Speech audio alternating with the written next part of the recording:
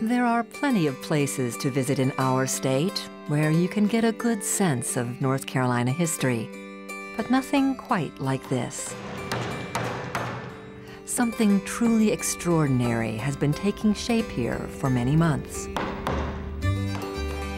This is the 1755 Jackson House, housed in the Museum of the Albemarle, a modern building along Elizabeth City's waterfront. This is really a great opportunity for people to feel what it was like to live in this house in the 18th century. The story of this house is something that is fascinating, and I took the paperwork home one night, all the research, and read through it, and it was just fascinating about how it changed from a struggling family to a fairly well-to-do family. The building had quite a few lives come and go before it was brought here, in pieces from Pasquotank County not long ago. Daniel Jackson Jr. built the house and operated an isolated subsistence farm beginning in about 1755. The house would later serve as the center of a small antebellum plantation, and then a home to tenant farmers around the time of World War I. The reconstruction of Jackson House has fallen primarily to Russ Steele, who has some mostly positive words for his Carpenter predecessors. I give him high marks for inspiration. There's some interesting places where you see how they solved a particular problem, and it may not be the most elegant solution, but it's clever. They try to get a high degree of proficiency, and executing that is always the problem. Can I pull this off? Can I make it look as good as it should be? All the interior woodwork missing will be adapted from what we know existed in eastern North Carolina, and Russ's background in the Chesapeake Bay, because our building traditions came from the Chesapeake Bay, not necessarily from interior North Carolina. Pine is probably the material of choice for most of the house. There's some cypress, a little bit of poplar. What we've been doing is looking at other buildings that date mostly a little bit later, but have surviving elements that we can kind of try to see if they would fit in this building. Restoring the Jackson House is like deciding which puzzle piece goes where. The difficulty I think we have, this is like shooting a moving target, because there's a lot of changes that took place in the house over a long period of time. And one of the puzzle pieces has been trying to decide precisely where the two rooms were divided. Well, if you start at the top here, there's a bit of this molding, and there are nail holes left in it all the way across, and panels, boards, were running from the bottom to the top to create a partition wall. When the wall was removed, these boards managed to survive. They were recycled, but this, we think, went all the way across here.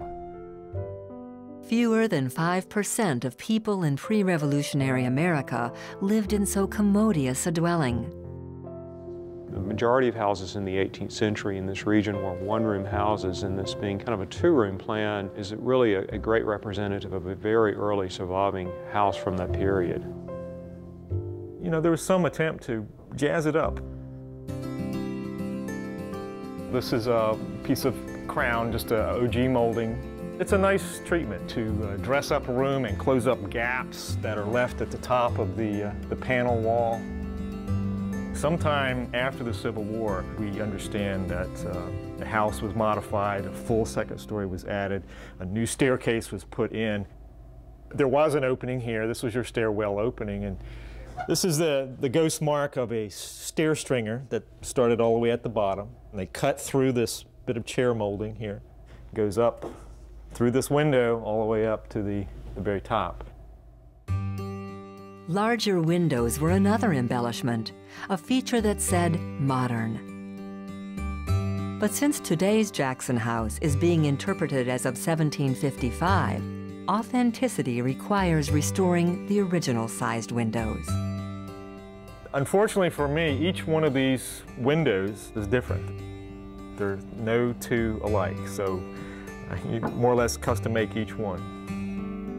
The house went through anywhere from 3 to 5 building periods. And now it's going back in time, so to speak, to 1755, where it will stay. Nearby, there will be a younger architectural companion from the early 1800s. Well, this represents an early 19th century smokehouse, and the museum plans to replicate or reconstruct this, put it back together, basically. Which, for the moment, looks like nothing more than a hopeful pile of wood, and maybe not even that hopeful unless someone gets busy.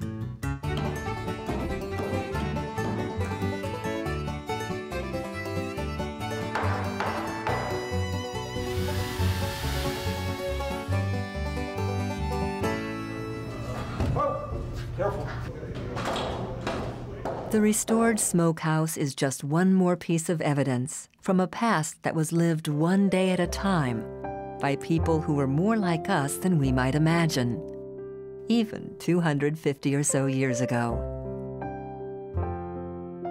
Touring these historic buildings, we are able to look in on their lives from a distance. As nail by nail and board by board, they worked their share in creating a dream that eventually would become 21st century North Carolina. It's a fascinating story, and the next chapter is ready to be written, perhaps by you, at the Museum of the Albemarle in Elizabeth City.